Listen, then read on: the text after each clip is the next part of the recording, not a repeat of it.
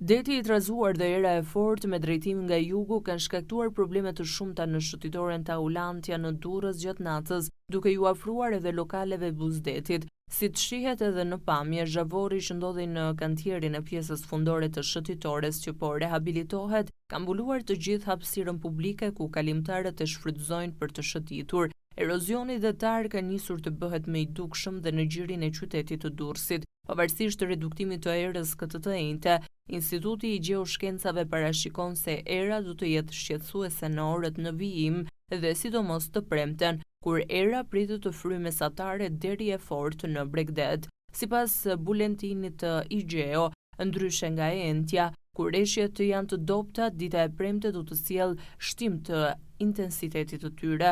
Reshje mesatare deri lokalisht intensive priten në qarqet Shkodër, Dibër, Lezhë, Durrës, Tiranë dhe Elbasan, ndërsa në qarqet Kukës, Vlorë dhe Gjirokastër priten në reshje mesatare. Në këto qarqe reshje do të shoqërohen me shtrëngata. Në veri dhe verilindje në lartësinë mbi 1000 metër mbi nivelin e detit, reshje do të jenë në formë dëbore, ndërkohë temperaturat do të variojnë nga vlerat minimale 2 gradë deri në 15 gradë Celsius.